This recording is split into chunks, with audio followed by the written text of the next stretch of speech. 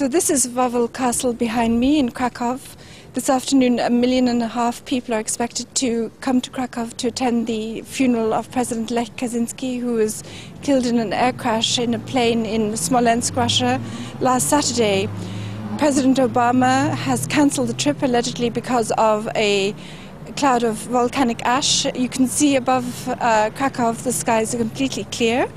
Prince Charles, Angela Merkel, the Chancellor of Germany, Nicolas Sarkozy and Berlusconi of Italy have also cancelled their appearance at this funeral today at very short notice. It's quite remarkable because Berlin is only about 400 kilometers away. So theoretically, Chancellor Angela Merkel could have just driven here in a couple of hours. So there are growing questions about the nature of the plane crash which killed not just President Lech Kaczynski but 100 members of the Polish military and civilian elite. Many people are questioning whether it was really an accident here in Poland. They believe they will never get to the bottom of the investigation completely because the forensic evidence has been gathered by the Russian investigators and most of it has gone to Moscow together with the bodies of the people who are alleged to have died in this accident.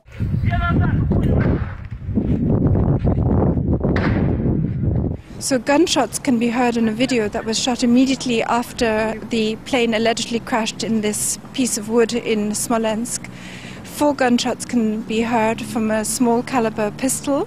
It has been speculated that members of a military group, went among the survivors and were actually shooting them to make sure there were no witnesses to a crash. This videotape is now being examined by the Polish state prosecutor. Another issue that has raised a lot of questions is the fact that the black boxes have been recovered and they show that the Tupolev plane was functioning perfectly. There was no technical problem with the plane, which had undergone overhaul in December 2009. It has emerged that this Tupolev plane had a special system to ensure that pilots were warned if they ever approached a dangerous obstacle or came too close to the ground, the terrain awareness warning system. So the Polish pilot must have known that he was approaching trees.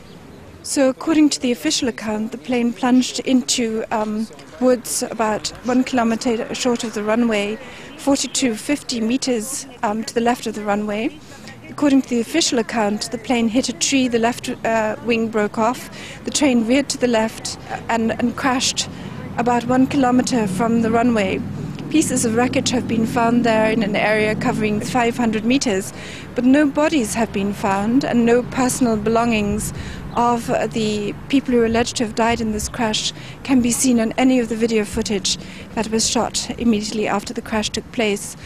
The Russian security services then intervened to stop journalists reaching the crash site. They confiscated photos and video footage. A Russian journalist has reported that the radar equipment that was at Smolensk airport was dismantled after the visit of Prime Minister Donald Tusk and Vladimir Putin on April the 8th. Shortly before the plane carrying Lech Kaczynski and the Polish elite touched down in Smolensk. In addition, witnesses have reported seeing military officials changing the lamps lighting up the runway shortly after the accident. This has fueled speculation that the lamps were so placed as to mislead the pilot as to the real location of the runway and to lure him into the woods. The media initially blamed President Lech Kaczynski, claiming that he interfered with the pilot and caused him to crash the plane.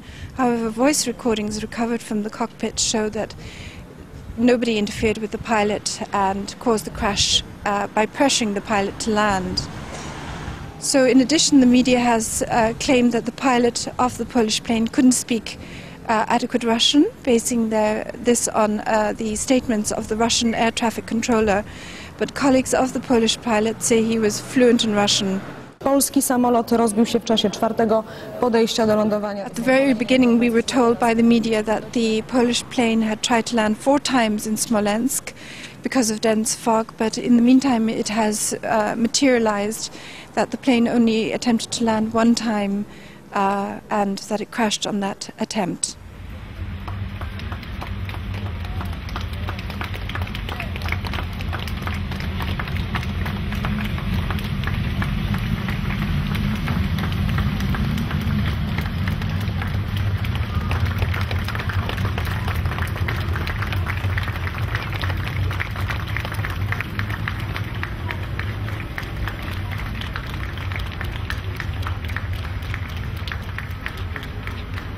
So when we take all these facts together, a likely scenario is that the pilot approaching Smolensk airport was given false information about the real location of the runway and lured into landing in the woods close by. An explosion could have torn away the left wing of the plane as the pilot was descending to land.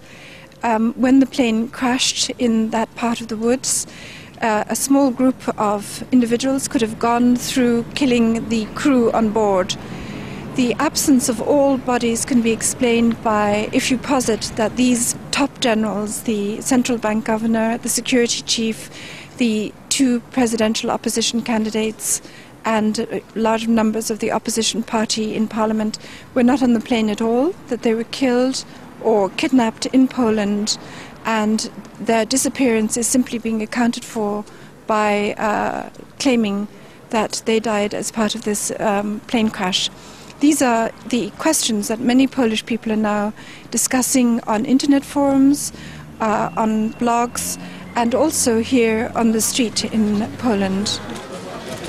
Pierwsza myśl to też była moja taka, szczerze mówiąc, My chcemy powołania międzynarodowej komisji lotniczej, komisji, żeby nie wyszło tak jak wyszło w Katyniu, prawda?